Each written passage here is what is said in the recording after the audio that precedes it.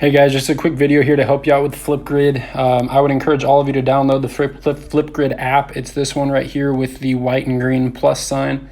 I'm going to navigate into the app here and it's going to take me to this screen. If you've already logged into the app, you're going to have this recents pop up. It's going to say Centurion Team Grid. It might say Centurion Science depending on that, but I have deleted that class, so hopefully you don't see that.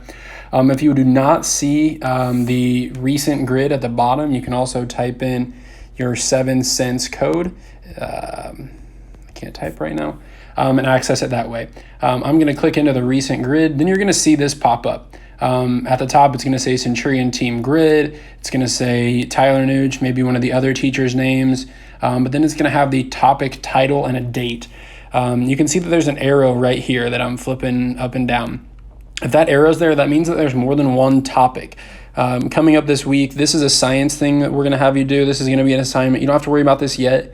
But then there's also going to be one that's kind of been our Titan time topic. And then I think there's going to be a social studies one as well. So you can navigate to all of these within the app by clicking on this topic title. Make sure that you always watch the video if there is one. There's a lot of important information that we're communicating that way about the assignment. Then read the directions and then also look at the tip and anything that we attach to the grid below the tip. This one you can see that I've posted Flipgrid posting instructions on this as well.